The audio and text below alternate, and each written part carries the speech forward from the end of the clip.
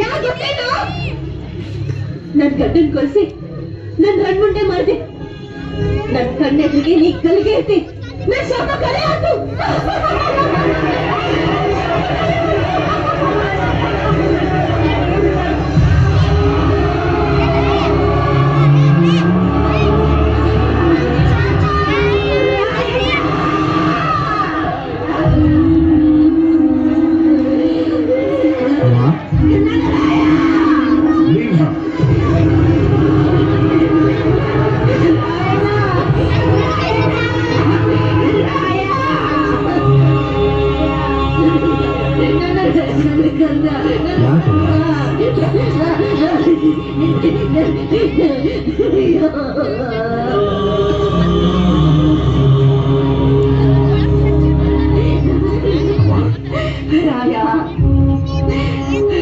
ಕುತ್ತಿಗೆ ಹಗ್ಗ ಬೀಳ ಹೊತ್ತು ನಾನು ಎದೆ ನಡಗದ ಹಾಗೆ ನೆತ್ತರು ನೀನಿನ ಗುಂಡಿಗೆ.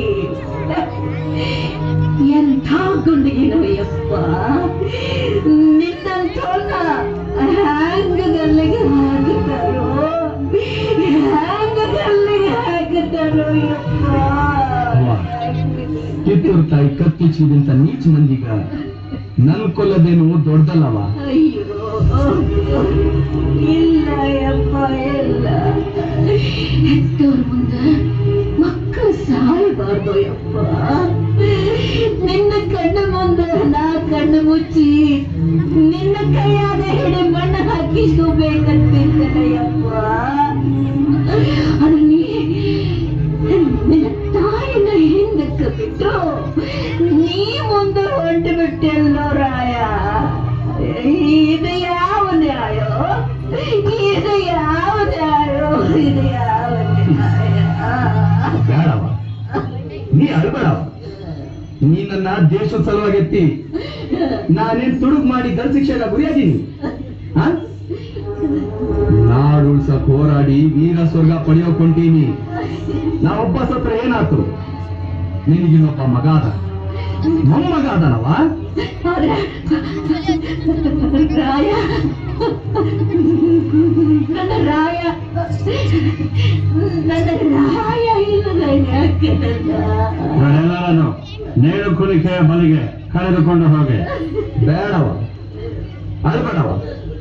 ಜನ್ಮ ಜನ್ಮಕ್ಕೂ ನಿನ್ನ ಮಗನಾಗಿ ಹುಟ್ಟು ಹಂಗ ಆಶೀರ್ವಾದ ಮಾಡಿ ಸಂತೋಷದಿಂದ ನನ್ನ ಕಳ್ಸ್ಕೊಡವ.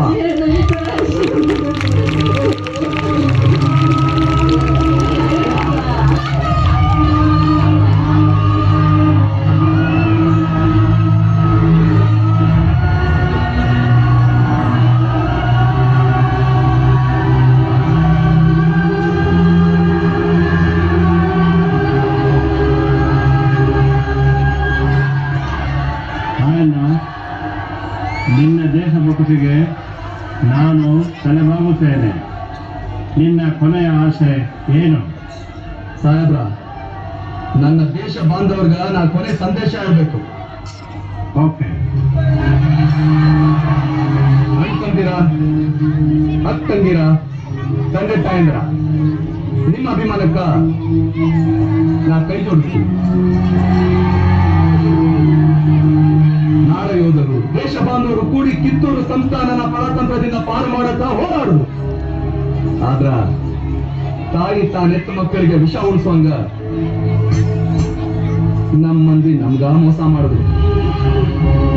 ಹೋರಾಟ ಎಷ್ಟೋ ಮಂದಿ ಜೀವ ಬಿಟ್ಟು, ಎಷ್ಟೋ ಮಂದಿ ಸರಿ ಆದ್ರು. ನಮ್ಗೆ ಗಲ್ ಶಿಕ್ಷೆ ಜಾರಿ ಮಾಡಿ ಊರ್ ತುಂಬಾ ಮೆರವಣಿಗೆ ಮಾಡಿಸಿದ್ರು. ಮಸಾಲೆ ಮಾಡಕ್ ಬಂದಿ ಪರದೇಸಿ ನಾಯಿಗಳು. ಎದಕ್ಕ? ನಿಮ್ಗ ಭಯ ಹುಟ್ಸ್ಲಿಕ್ಕ, ಮುಂದೆ ಯಾರು ಬಂಡಾಯ ಮಾಡಬಾರ್ದಂತ. ದೇಶಭಕ್ತರ, ಇಲ್ಲಿ ಮಟ್ಟ ಆಗಿದ್ದಾತು. ನೀನು ಮುಂದಾದ್ರು ನೀವೆಲ್ಲರೂ ಒಂದಾಗ್ರಿ. ಇಲ್ಲ ಅಂದ್ರ ಮುಂದೆ ನೀವು, ನಿಮ್ಮೆತ್ತವರು, ಹೊರ ಹುಟ್ಟಿದವರು, ಮಕ್ಕಳು ಮರಿ ಸಾಯ ಮಠ ಪರಿಕಿನ ಗುಲಾಮರ ಬದುಕಿ ಈ ಸೀಮೆ ನರಾಚಾರ ನಮ್ದು.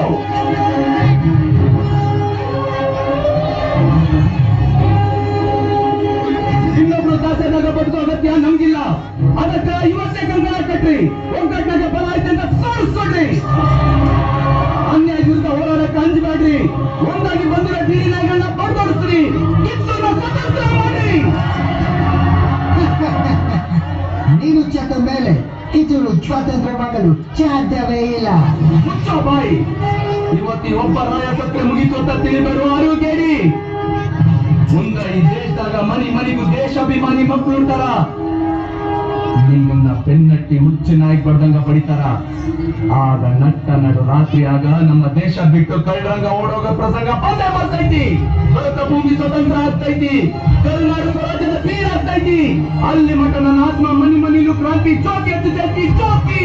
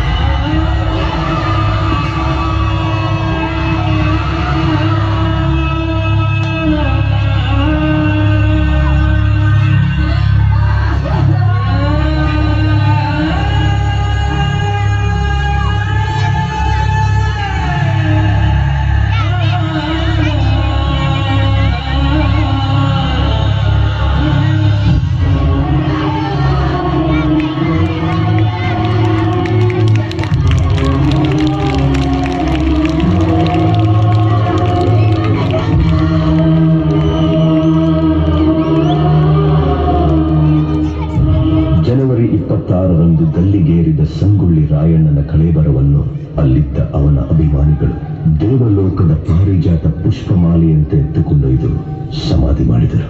ಫಕೀರನ ವೇಷದಲ್ಲಿದ್ದ ರಾಯಣ್ಣನ ಆಪ್ತ ಸ್ನೇಹಿತ ಬಿಚ್ಚುಗತ್ತಿ ಚೆಂಬಸ್ಸು ಆ ಸಮಾಧಿ ಮೇಲೆ ಆಲದ ಸಸಿ ನೆಟ್ಟು ನೀರಾಕಿ ಬೆಳೆಸಿ ಅಲ್ಲೇ ವಾಸಿಸುತ್ತಾ ಇಹಲೋಕ ತ್ಯಜಿಸಿದ. ಅಂದಿನ ಆಲದ ಸಸಿ ಇಂದು ಬೆಳೆದು ದೊಡ್ಡ ಹೆಮ್ಮರವಾಗಿ ನಿಂತಿದೆ. ಇಂದಿಗೂ ರಾಯಣ್ಣನ ಭಕ್ತರು ಜಾತಿ ಮತ ಧರ್ಮಗಳ ಭೇದ ಭಾವವಿಲ್ಲದೆ ಹುಟ್ಟಿದರೆ ನಿನ್ನಂತ ಮಕ್ಕಳು ಹುಟ್ಟಲಿ ಎಂದು ತೊಟ್ಟಿಲು ಕಟ್ಟಿ ಹರಕೆ ಹೊತ್ತು ದೇವಮಾನವನಿಗೆ ಪೂಜೆ ಸಲ್ಲಿಸಿ ಫಲ ಸಿಗಲೆಂದು ಸೆರಗೊಡ್ಡಿ ಬೇಡುತ್ತಾರೆ. ರಾಷ್ಟ್ರಪ್ರೇಮಿ ಸಂಗೊಳ್ಳಿ ರಾಯಣ್ಣ ಮರಣವಾದ ಸುಮಾರು 116 ವರ್ಷಗಳ ನಂತರ ರಾಯಣ್ಣನ ನುಡಿಯಂತೆ ನಟ್ಟ ನಡು ರಾತ್ರಿಯಲ್ಲಿ ದೇಶ ಬಿಟ್ಟು ಹೋಗುವ ಪ್ರಸಂಗ ಬ್ರಿಟಿಷರಿಗೆ ಬಂದೊದಗಿದೆ. ಅಚ್ಚರಿ ಏನೆಂದರೆ ರಾಯಣ್ಣನ ಹುಟ್ಟಿದ ದಿನವಾದ ಆಗಸ್ಟ್ 15ರಂದೇ ಭಾರತಕ್ಕೆ ಸ್ವಾತಂತ್ರ್ಯ ಬಂದಿತು. ಗಲ್ಲಿಗೇರಿದ ದಿನವಾದ ಜನವರಿ 26ರಂದೇ ಭಾರತ ಗಣರಾಜ್ಯವಾಗಿತ್ತು. ದೇಶ ಪ್ರೇಮ, ಸ್ವಾಮಿ ನಿಷ್ಠೆ, ತ್ಯಾಗ ಬಲಿದಾನಗಳ ಪ್ರತೀಕ ರಾಯಣ್ಣ, ಕ್ರಾಂತಿವೀರ ಸಂಗೊಳ್ಳಿ ರಾಯಣ್ಣ.